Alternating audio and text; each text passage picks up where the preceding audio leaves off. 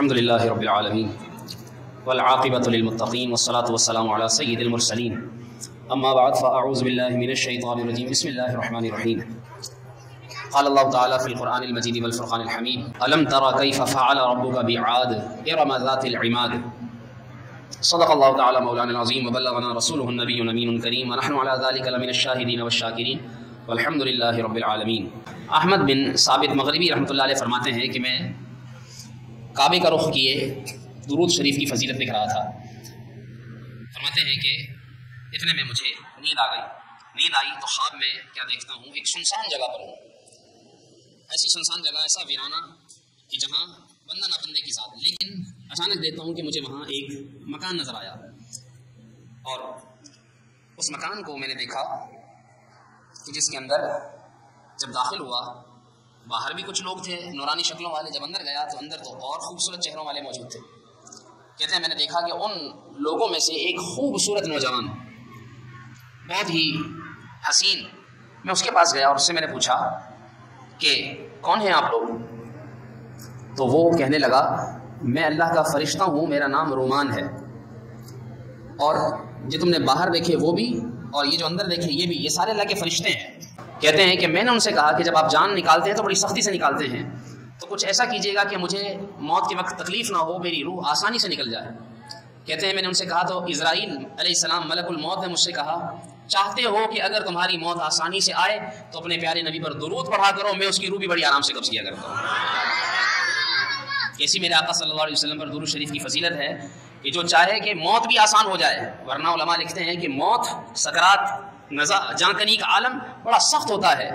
روایت کا خلاصہ ملتا ہے کہ یہ تلوار کی کئی ضربوں سے زیادہ شدید وقت ہوتا ہے کہ اس وقت تکلیف ہوتی ہے، لیکن جو میرے آقا صلی اللہ علیہ وسلم پر درود شریف پڑھتا ہے اس کی روح بڑی آسانی سے، خود اسرائیل علیہ السلام کہہ رہے ہیں کہ میں بڑی آسانی سے نرمی سے قبض کیا کرتا ہوں۔ تو ہم آج نیت کرتے ہیں کہ آقا کا مہینہ ہے شعبان المعظم اور یہ درود شریف پڑھنے کا مہینہ ہے۔ اس مہینے میں بھی اور ویسے بھی انشاءاللہ ہم کثرت سے درود شریف پڑھا کریں گے انشاءاللہ۔ صلو علی الحبیب اللہم صلی علی سیدنا و مولانا محمد مبارک وسلم وصلی علیہ۔ جان نکلے تو اس طرح نکلے تجھ پر اے غمزدوں کے یار درود، دل میں جلوے بسے ہوئے تیرے لب سے جاری ہو بار بار درود۔ کتابوں میں لکھا ہے ابراہیم علیہ السلام اللہ کے نبی، ان سے اللہ رب العالمین نے ایک مرتبہ ارشاد فرمایا کہ اے ابراہیم تم سفر کرو اور ہماری قدرت کی عجائبات کو دیکھو کہ ہم نے کیا کیا دنیا میں پیدا کیا ہے۔ ابراہیم علیہ السلام چل پڑے، ساحل کے کنارے چل رہے تھے تو انہوں نے دیکھا کہ ایک غلام پانی بھرے ہوئے مشکیزہ اس کے پاس ہے، وہ چل رہا ہے۔ آپ علیہ السلام نے اس غلام سے کہا کیا مجھے کچھ ملے گا؟ وہ غلام کہنے لگا دودھ چاہیے یا پانی چاہیے؟ جو کہیں گے آپ کو وہ دوں گا۔ آپ نے فرمایا مجھے پانی پلا دو۔ وہ غلام ایک عصا اس کے پاس، لکڑی قریب ایک چٹان اس کے پاس جاتا ہے، اس پر مارتا ہے، جیسے ہی اس پر چٹان پر وہ لکڑی مارتا ہے اس میں سے پانی کا چشمہ پھوٹ جاتا ہے۔ پانی کا چشمہ پھوٹتا ہے، اس میں سے پانی بھر کے ابراہیم علیہ السلام کو پیش کرتا ہے، پھر خود ہی پوچھتا ہے آپ کو حیرانی تو ہو رہی ہوگی؟ ابراہیم علیہ السلام کہتے ہیں ہاں نا، بات تو حیرانی کی ہے کہ تم نے پتھر پر عصا مارا، لکڑی ماری اور اس میں سے پانی کا چشمہ پھوٹ پڑا۔ تو وہ غلام کہتا ہے آپ کو بتاؤں کہ کس وجہ سے اللہ تعالیٰ نے اس میں سے پانی نکالا، اس کا راز کیا ہے؟ آپ فرماتے ہیں کیوں نہیں، ضرور بتاؤ۔ وہ غلام کہتا ہے میں جب بھی ابراہیم علیہ السلام کے وسیلے سے کوئی دعا کرتا ہوں، کوئی کام کرنا چاہتا ہوں تو ان کا وسیلہ اللہ کی بارگاہ میں پیش کرتا ہوں، یا اللہ ابراہیم علیہ السلام کے وسیلے سے، صدقے سے یہ کام کر دے۔ جب بھی ابراہیم کے وسیلے سے کوئی کام کرتا ہوں اللہ تعالیٰ میرا وہ کام پورا فرما دیتا ہے۔ تو ابراہیم علیہ السلام جو خود اب موجود ہیں سامنے، تو آپ علیہ السلام فرماتے ہیں جانتے ہو میں کون ہوں؟ کہتا ہے نہیں۔ تو ابراہیم علیہ السلام فرماتے ہیں میں ہی تو ہوں جس کے وسیلے سے تم دعائیں کیا کرتے ہو۔ بس وہ غلام سامنے ابراہیم علیہ السلام کو پاتا ہے تو اتنا خوش ہوتا ہے کہ گر پڑتا ہے، اس کی روح نکل جاتی ہے، آسمان سے ایک نور ایسا آتا ہے اور اس پر چھا جاتا ہے۔ جب وہ نور چھٹتا ہے تو پھر پتہ نہیں چلتا کہ وہ غلام کہاں گیا۔ ابراہیم علیہ السلام وہاں سے آگے چل پڑتے ہیں۔ آگے چلتے ہیں، اس حکایت سے کیا معلوم ہوا کہ اللہ رب العالمین دیکھیے اپنے بندوں کے وسیلے سے دعائیں بھی قبول فرماتا ہے۔ اس لیے رسول اللہ صلی اللہ علیہ وسلم سے جب ایک صحابی نے عرض کیا یا رسول اللہ صلی اللہ علیہ وسلم نابینا ہوں، آنکھیں درکار ہیں، تو آپ صلی اللہ علیہ وسلم نے کیا ارشاد فرمایا؟ 2 نفل پڑھو اچھے سے وضو کر کے اور پھر میرے وسیلے سے دعا کرو اللہ تعالیٰ سے، اللہ تعالیٰ تمہیں آنکھیں عطا کرے گا۔ وہ کہتے ہیں کہ میں ابھی وضو کر کے نماز پڑھ کے دعا مانگ رہا تھا آقا کے وسیلے سے کہ یا اللہ اللہم انی اسألک، کہ یا اللہ میں تجھ سے سوال کرتا ہوں سوال کر رہا ہوں تجھ سے، کس طرح؟ تیرے پیارے نبی کے وسیلے سے۔ فرماتے ہیں بس یہ دعا کر ہی رہا تھا، اللہ رب العالمین نے مجھے آنکھیں بھی عطا فرما دی تھی۔ تو اس سے کیا معلوم ہوا؟ اللہ کے نیک بندوں کی وسیلے سے دعائیں قبول ہوتی ہیں۔ اس لیے علماء فرماتے ہیں دعائے حاجات اور نماز حاجات، جس کو کوئی مصیبت ہو، پریشانی ہو، وہ حاجت کے 2 نفل پڑھے اور اللہ سے دعا مانگے، ہو سکے تو اس کے نیک بندوں کا وسیلہ پیش کرے۔ جو دعا کرے گا اللہ رب العالمین اس کی دعا قبول فرما لے گا۔ ایک پہاڑ کے اوپر گھر بنا ہوا ہے اور اس کے 2 دروازے ہیں۔ فرماتے ہیں میں اس پہاڑ کے اندر اس بنے ہوئے گھر میں داخل ہوا تو کیا دیکھتا ہوں، وہاں پر ایک تخت ہے اور تخت پر ایک لاش پڑی ہوئی ہے، اور اس لاش کے سرہانے ایک تختی پر لکھا ہوا ہے۔ کیا لکھا ہوا ہے؟ لکھا یہ ہوا ہے کہ یہ لاش کس کی ہے؟ شداد کی۔ آپ نے نام سنا ہوگا شداد بن عاد، یہ نوح علیہ السلام کی اولاد میں سے تھا۔ اس تختی پر لکھا ہوا تھا کہ میں شداد بن عاد ہوں اور میں نے 1000 سال زندگی گزاری ہے، اور کہتا ہے کہ میں نے 1000 لشکروں کو شکست دی ہے، اور پھر کہتا ہے اس میں لکھا ہوا ہے کہ لیکن اتنا کچھ، اتنی عمر پانے کے باوجود، اتنا مال ہونے کے باوجود، اتنی طاقت ہونے کے باوجود، کہتا ہے کہ میں موت کو نہیں ٹال سکا، موت کو ٹال نہیں سکا۔ موت آئی اور موت نے مجھے دبوچ لیا، اور اس میں لکھا تھا کہ تم دنیا کے دھوکے میں نہ آنا، اور اللہ نے مجھے اتنی دولت دی تھی کہ میں نے شہر ارم آباد کیا تھا۔ شداد کی جنت جس کا ذکر قرآن کریم میں ہے، اس کو آپ آگے سنیں گے، لیکن کہتا ہے کہ لکھا ہوا ہے اس تختی پر کہ میں موت کے آگے بے بس ہو گیا۔ سن لو، اپنی دنیا کو خود پر تنگ رکھو، جتنی میری بادشاہت تھی اتنی تمہاری نہیں ہے، جتنی میری عمر تھی اتنی تمہاری نہیں ہے، جتنا میرا مال تھا اتنا تمہارا نہیں ہے، اور جتنی میری عمر تھی اتنی تمہاری نہیں ہے۔ یاد رکھنا یہ دنیا دھوکے باز ہے، یہ کسی کے ساتھ سگا پن نہیں کرتی، بلکہ یہ آخرکار اپنے طلبکار کو جو اس کی جتنی طلب کرتا ہے یہ دنیا اس کو اتنا ہی بڑا دھوکہ دیتی ہے۔ بے وفا دنیا پہ مت کر اعتبار، تو اچانک موت کا ہوگا شکار، موت آ کر ہی رہے گی یاد رکھ، جان جا کر ہی رہے گی یاد رکھ، گر جہاں میں 100 برس تو جی بھی لے، قبر میں تنہا قیامت تک رہے، جب فرشتہ موت کا چھا جائے گا، پھر بچا کچھ تجھ کو نہ کوئی پائے گا، موت آئی پہلواں بھی چل دیے، خوبصورت نوجوان بھی چل دیے، دنیا میں رہ جائے گا یہ دبدبا، زور تیرا خاک میں مل جائے گا، بے وفا دنیا پہ مت کر اعتبار، تو اچانک موت کا ہوگا شکار۔ آج کا یہ عنوان کہ ہمیں اس رات میں، شب برات کی رات میں عبرت حاصل کرنی ہے، اور یہ عبرت کے نمونے، یہ سیمپلز، یہ سننے کے بعد ہمارے دل کے اندر اس دنیا کی محبت ہمارے دل سے نکل جائے اور ہمارے دل میں اللہ اور اس کے رسول کی محبت آ جائے۔ ہم یہ سوچ لیں کہ آخر ہم نے اس دنیا سے جانا ہے۔ شداد کی جنت جس کے متعلق اللہ نے فرمایا الم تر کیف فعل ربک بعاد، تم نے دیکھا نہیں تمہارے رب نے عاد کے ساتھ کیا کیا؟ ارم ذات العماد، اونچے اونچے ستونوں والا شہر اس نے شہر ارم آباد کیا۔ کتابوں میں لکھا ہے کہ اس نے ایسا محل بنایا جس کی اینٹیں سونے اور چاندی کی لگوائیں۔ اندازہ لگائیے کتنا پیسہ، کتنا مال ہوگا اس کے پاس۔ سونے چاندی کی اینٹیں اور زبرجد یاقوت کے اس نے ستون بنوائے، نیچے پتھروں کی جگہ، مٹی کی جگہ اس نے موتی اور جواہرات اسے بچھوا دیے، اور اچھے سے اچھا درخت لگوایا۔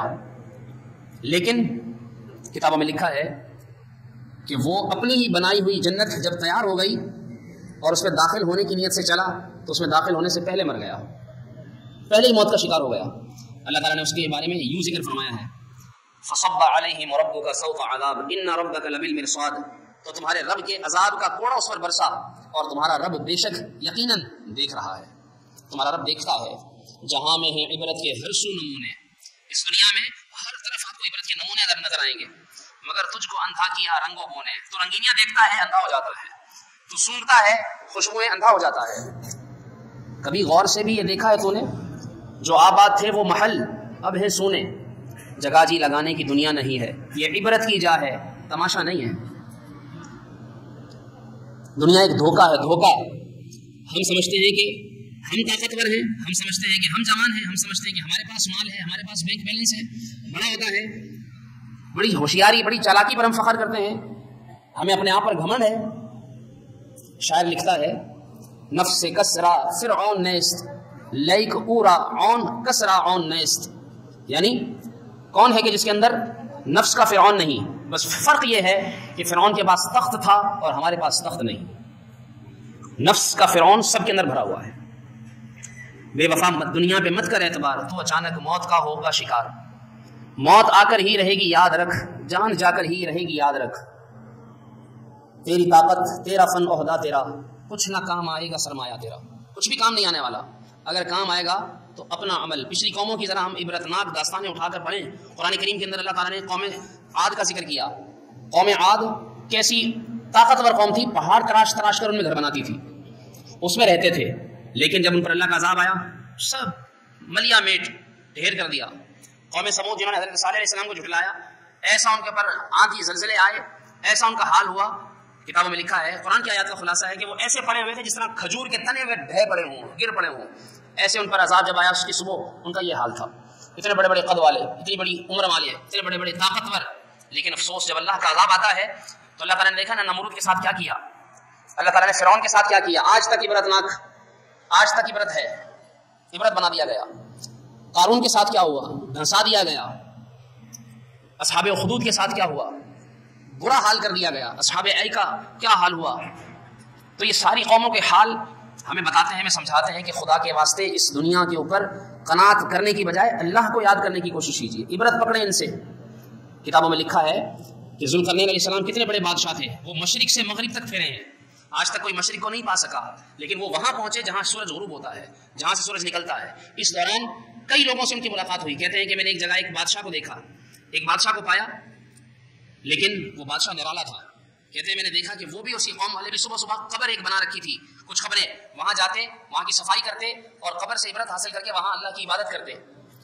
تو میں نے ان سے پوچھا، اس کے بادشاہ سے، بھئی یہ تمہاری نرالی قوم دیکھی ہے میں نے، ایسی قوم میں نے نہیں دیکھی، میں نے تو غافل دیکھے ہیں، اور تم ایسے؟ کہتے ہیں کہ ہم جانتے ہیں کہ دنیا کا پیسہ مال جمع کرنے کا کوئی فائدہ نہیں، یہ سب یہی رہ جائے گا۔ کہتے ہیں کچھ بھی ہمیں کام نہیں آئے گا، اور کہتا ہے کہ بس ہم نے یہ قبریں تیار رکھ کر رکھی ہیں، ان سے ہم عبرت پکڑتے ہیں، اور عبرت پکڑ کے ہم، وہ کہتے ہیں کہ میں نے دیکھا کہ وہ ہرے گھاس وغیرہ یہ ان چیزوں سے اپنا پیٹ بھر رہے تھے۔ تو وہ بادشاہ بتاتا ہے، اس قوم کا سردار کہتا ہے کہ بس ذائقہ منہ تک ہے، گلے سے اترتا ہے، پیٹ بھر جاتا ہے، ذائقہ ختم ہو جاتا ہے۔ کہتا ہے ہم نے لذتیں چھوڑ دی ہیں۔ پھر کہتا ہے قریب ایک کھوپڑی پڑی تھی، کھوپڑی، انسانی کھوپڑی، وہ کھوپڑی اٹھاتا ہے، کہتا ہے جانتے ہو کون تھا یہ؟ کہتا ہے یہ اس سے پہلے ایک بادشاہ تھا، مجھ سے پہلے یہاں کا بادشاہ تھا، اس نے بڑے ظلم و ستم کیے لوگوں پر، اور آج دیکھو کہ اس کی اوقات، اس کی حیثیت راستے میں پڑے ہوئے پتھر کی جیسی بھی نہیں ہے۔ لوگ اس سے عبرت پکڑتے ہیں، اور کہتا ہے کہ اسے بڑا ظلم کیا تھا۔ ملے خاک میں اہل شاں کیسے کیسے، مکین ہو گئے لامکاں کیسے کیسے، ہوئے نامور بے نشاں کیسے کیسے، زمین کھا گئی نوجواں کیسے کیسے۔ جگہ جی لگانے کی دنیا نہیں ہے، یہ عبرت کی جا ہے، تماشا نہیں ہے۔ کہتا ہے اس کے اعمال تو لکھ کر رکھ لیے گئے، اب یہ سزا دیکھے گا۔ پھر کہتا ہے ایک اور کھوپڑی دیکھو، یہ فلاں بادشاہ کی ہے جو اس کے بعد آیا، لیکن اس نے اس بادشاہ سے عبرت لی، عبرت لے کے اس نے اچھا سلوک کیا اپنی رعایا کے ساتھ، اچھی زندگی گزاری، نیک اعمال کیے۔ آج اس کی بھی حیثیت راستے میں پڑے ہوئے پتھر سے زیادہ نہیں ہے، لیکن اس کے اعمال بھی لکھ لیے گئے، اور یہ اچھا بدلہ پائے گا۔ تو کہتے ہیں سمجھدار کون ہوا؟ جو عبرت حاصل کرے، جو عبرت لے۔ اگر تم عبرت نہیں پکڑو گے تو یاد رکھو کہ تم بھی عبرت کا نشان بن جاؤ گے، پھر لوگ تم سے عبرت پکڑیں گے۔ تم کسی سے عبرت نہیں لوگے، لوگ تم سے عبرت لیں گے۔ کہتے ہیں اس لیے قرآن کریم کی یہ آیات یاد رکھنی چاہیے۔ وَسَكَنْتُمْ فِي مَسَاكِنِ الَّذِينَ ظَلَمُوا أَنفُسَهُمْ وَتَبَيَّنَ لَكُمْ كَيْفَ فَعَلْنَا بِهِمْ وَضَرَبْنَا لَكُمُ الْأَمْثَالَ۔ اللہ تعالیٰ نے واضح الفاظ میں قرآن میں ارشاد فرمایا ہے کہ تم ان گھروں میں رہتے ہو جنہوں نے اپنی جانوں پر ظلم کیا تھا، یہ پہلے ان کے تھے، اور تمہارے لیے بالکل واضح ہو گیا کہ ہم نے ان کے ساتھ کیسا سلوک کیا، لیکن ہم نے تمہارے لیے مثال بیان کر دی ہے۔ یعنی آج ہم غور کریں، آج ہم دیکھیں تو صحیح کہ جن گھروں میں آج ہم ہیں، کیا ہم ان میں ہمیشہ سے ہیں؟ نہیں، ان میں پہلے کوئی اور تھا۔ اور اگر آج ہم ان میں ہیں یا ہم ان میں شروع سے ہیں، لیکن ہمیشہ ہم اس میں نہیں رہیں گے، ہمارے بعد اس میں کوئی اور ہوگا، اس میں کوئی اور آ جائے گا۔ اس لیے حضرت خضر علیہ السلام فرماتے ہیں میں نے دیکھا، ان سے کسی نے پوچھا کہ آپ نے اتنا کچھ دیکھا ہے، کچھ عجیب بھی دیکھا؟ کہتے ہیں میں نے اپنی عمر میں دیکھا، میں نے دیکھا کہ پہلے ایک شہر سے گزرا تو شہر تھا، 500 سال کے بعد وہاں آیا تو وہاں بالکل ویرانہ تھا۔ میں نے کسی سے پوچھا یہاں شہر تھا، کیا ہوا، کہاں گیا؟ کہنے لگے ہمارے آبا و اجداد نے تو یہاں پر ویرانہ ہی دیکھا ہے۔ پھر کہتے ہیں پھر 500 سال بعد آیا تو میں نے دیکھا وہاں پر پانی بہ رہا ہے۔ میں نے کسی سے پوچھا یہاں تو ویرانہ تھا، پانی کیسے آیا؟ کہنے لگے ہمارے دادا آبا و اجداد نے تو یہاں پانی دیکھا ہے۔ کہتے ہیں پھر 500 سال بعد آیا، پھر کہتے ہیں کہ پھر وہاں پر ایک شہر آباد تھا۔ میں نے پوچھا کہ یہاں شہر کیسے؟ تو کہنے لگے یہاں تو شہر آباد تھا۔ کہتے ہیں پھر 500 سال بعد دیکھا، پھر وہاں پر ویرانہ آ چکا تھا۔ یعنی حضرت خضر علیہ السلام کی ذکر سے بھی ہمیں پتہ چلتا ہے کہ آج ہم غور کریں کہ صدیاں پہلے یہاں پر کیا تھا؟ کچھ بھی نہیں۔ آج سے 100 سال کے بعد ہم جتنے یہاں بیٹھے ہیں، 100 سال کے بعد ہمیں سے کوئی یہاں نہیں ہوگا، کوئی بھی یہاں نہیں ہوگا۔ یہ ہمارے لیے عبرت کا سامان ہے۔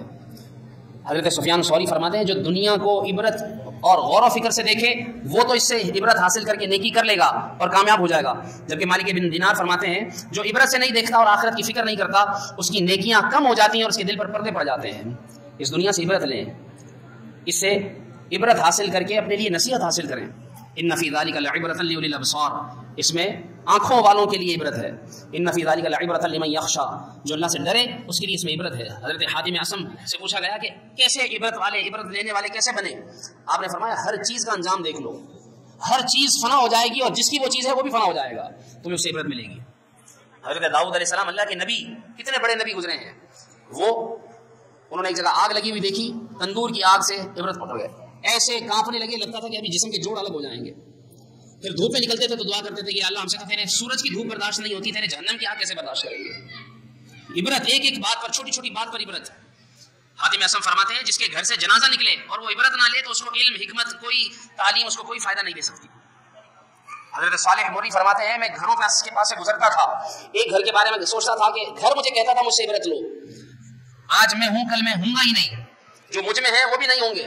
کہتے ہیں کہ اس طرح گنتے گنتے اپنے گھر تک آ جاتے اور عبرت ہی عبرت بیان کرتے رہتے۔ دل ہائے گناہوں سے بیزار نہیں ہوتا، دل ہائے گناہوں سے بیزار نہیں ہوتا، مغلوب شاہ نفس بدکار نہیں ہوتا۔ شیطان مسلط ہے پر سرکار، شیطان مسلط ہے افسوس کسی صورت، اب صبر گناہوں پر سرکار نہیں ہوتا۔ اے رب کے حبیب آؤ، اے رب کے طبیب آؤ، اے رب کے حبیب آؤ، اے میرے طبیب آؤ، اچھا یہ گناہوں کا بیمار نہیں ہوتا۔ گو لاکھ کروں کوشش اصلاح نہیں ہوتی، پاکیزہ گناہوں سے کردار نہیں ہوتا۔ یہ سانس کی مالا اب بس ٹوٹنے والی ہے، دل آہ مگر اب بھی بیدار نہیں ہوتا۔ اپنے آپ کو بیدار کر لیجئے۔ اس جہان رنگ و بو میں آ کر، اس دنیا کے اندر آ کر ہم لوگوں نے اس دل کو اللہ کی محبت کا گھر بنانا تھا۔ شاعر لکھتا ہے اس جہان رنگ و بو میں آ کر گھر بنانا تھا، دیوار بنا بیٹھے۔ ہم نے تو اللہ کی محبت کی آڑ کھڑی کر لی ہے، اس دل کو اللہ کی محبت کا گھر نہیں بنایا۔ دل کو گھر بنانا تھا، آڑ بنا بیٹھے، دیوار بنا بیٹھے۔ مقام پرورش آہو نالا ہے یہ چمن، یہ جگہ رونے کی ہے، عبرت پکڑنے کی ہے، نہ سیر گل کے لیے ہے نہ آشیاں کے لیے۔ حب صنم دنیا سے، دنیا کی محبت سے، دنیا کی محبت کے بت سے اپنے دل کو پاک کر اللہ کے گھر کو بھی ظالم کیا بت خانہ۔ یہ اللہ کی محبت کا گھر ہے اور ظالم تو نے اس کو بھی بت خانہ بنا دیا۔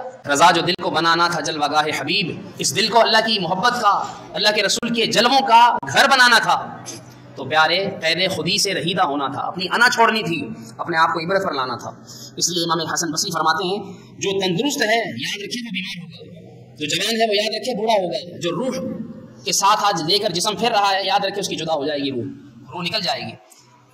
جو اپنے اہل و عیال کے ساتھ ہے ان سے دور ہو جائے گا، جو آج لباس میں ہے کل کو کفن میں ہوگا، جو آج تجھے یاد کرتا ہے یا تو جس کو یاد کرتا ہے تیرے دل سے ان کی یاد اور ان کے دل سے تیری یاد مٹا دی جائے گی۔ نہ تو کسی سے بات کر سکے گا نہ کسی کا استقبال کر سکے گا، کچھ بھی نہیں رہے گا تیرے پاس۔ تو یہ ساری باتیں، یہ سارا کچھ بتانے کا، ذکر کرنے کا مقصد کیا ہے؟ عبرت حاصل کرنا۔ ہم عبرت لیں۔ آج شب برات، یہ شب برات آج ہمیں یہ درس سکھا کر جائے کہ ہم اللہ کے اس گھر میں عبرت اور عبرت کے نمونوں پر غور کریں۔ دیکھیں آج ہم سے پہلے کون تھا، آج ہم ہیں، پھر ہمارے بعد کون ہوگا۔ صرف اور صرف اللہ کی یاد، اللہ کا ذکر، نیک اعمال ہمارے ساتھ جائیں گے۔ یہ شب برات، یہ نازک رات ہے، نازک رات، اس میں فیصلے ہوں گے۔ ہمیں سے نہیں پتا کہ ہمارے بارے میں آج کیا فیصلہ کر دیا گیا ہو۔ اگلے سال شب برات میں سے ہم میں سے کوئی ہوگا، کون نہیں ہوگا ہم نہیں جانتے۔ اگلے سال کس کو رمضان نصیب، اس سال بھی کس کو رمضان نصیب ہوگا کچھ نہیں پتا۔ اس لیے عبرت حاصل کرتے ہوئے، اللہ سے ڈرتے ہوئے سچی توبہ کر لیں، چھوڑ دیں گناہ، بس کر دیں، اب روک دیں، چھوڑ دیں جھوٹ، ہم سب چھوڑ دیں دھوکہ، ہم سب چھوڑ دیں کسی کے ساتھ ایسی بات کی جس سے اس کا دل دکھے۔ موت کو قریب سمجھیں، جیسا کہ میں نے جمعہ میں بھی ذکر کیا۔ ہمارے ایک دوست بالکل میری عمر کے، یقین کریں اس کی انتقال کی خبر کو 8-10 دن ہو گئے، لیکن میرے دماغ سے اس کا تصور نہیں جاتا۔ میرے ساتھ جس نے 4-6 سال پڑھایا، جس نے میرے ساتھ پڑھا، اور جس طرح میں اس کے جوان، بالکل مسجد کا امام، عالم دین، پڑھانے والا، شادی میں جا رہا تھا، بس شادی میں جاتے ہوئے حیدرآباد ٹرین رکنی تھی تھوڑی دیر کے لیے، وہ اس جلدی میں بیچارہ کہ میں جلدی سے اتر کر نماز عصر پڑھ لوں، بس جلدی میں تھوڑا سا اترتے اس کا پاؤں سے بیچ میں جو جگہ ہوتی ہے پلیٹ فارم کے اور ٹرین کے، اس کے بیچ میں چلا گیا۔ ٹرین رکتے رکتے رکتے آخر تک اس کے اوپر چلتی چلی گئی، دنیا سے چلا گیا۔ اس نے سوچا ہوگا کہ میں بھی پہنچ نہیں پاؤں گا، اس نے پچھلی شب برات میں سوچا ہوگا کہ میں شب برات میں نہیں ہوں گا، نہیں سوچا ہوگا، جیسے ہم نے نہیں سوچا، اس نے نہیں سوچا ہوگا، وہ تو شادی میں جا رہا تھا۔ اس کی بیوی بچوں نے سوچا ہوگا کہ ابھی آخری دفعہ ہم اس کو دیکھ رہے ہیں. اسی طرح ہم بھی عبرت لیں کہ ہمارے ساتھ ایک دم سے کچھ ہو جائے گا, کچھ پتہ نہیں, وقت آنے والا ہے, بس دور نہیں ہے, موت بہت قریب ہے. جتنا موت کو یاد کریں گے دنیا کی لذتیں دور ہو جائیں گی, گناہ چھوٹ جائیں گے, نیکی کا دل کرے گا. نماز پڑھیں, اللہ کے گھر میں آ کر بیٹھیں, اللہ کے گھر کو آباد کریں, سکون حاصل کریں.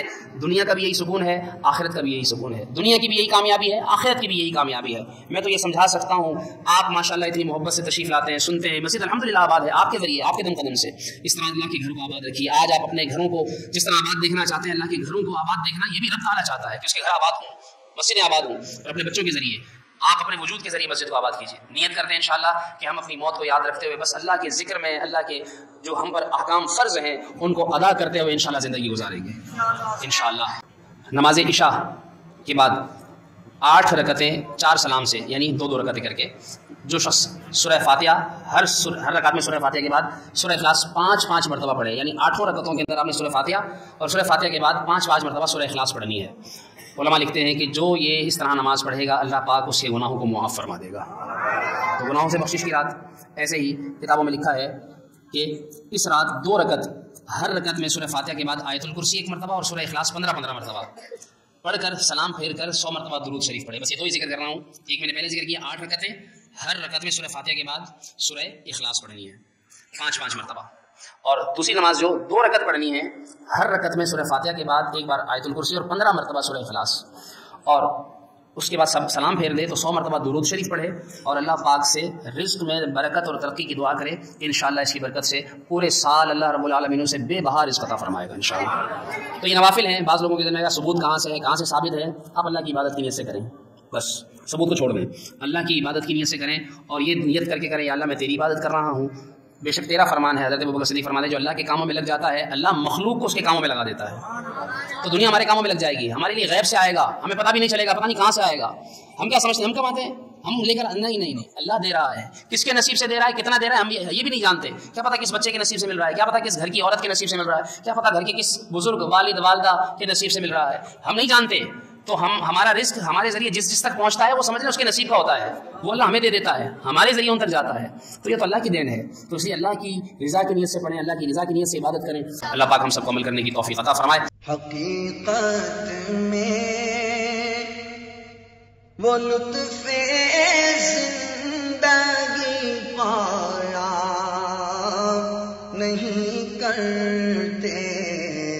حقیقت میں وہ لطف زندگی پایا نہیں کرتے. جو یادیں مصطفیٰ سے دل کو بہلایا نہیں کرتے.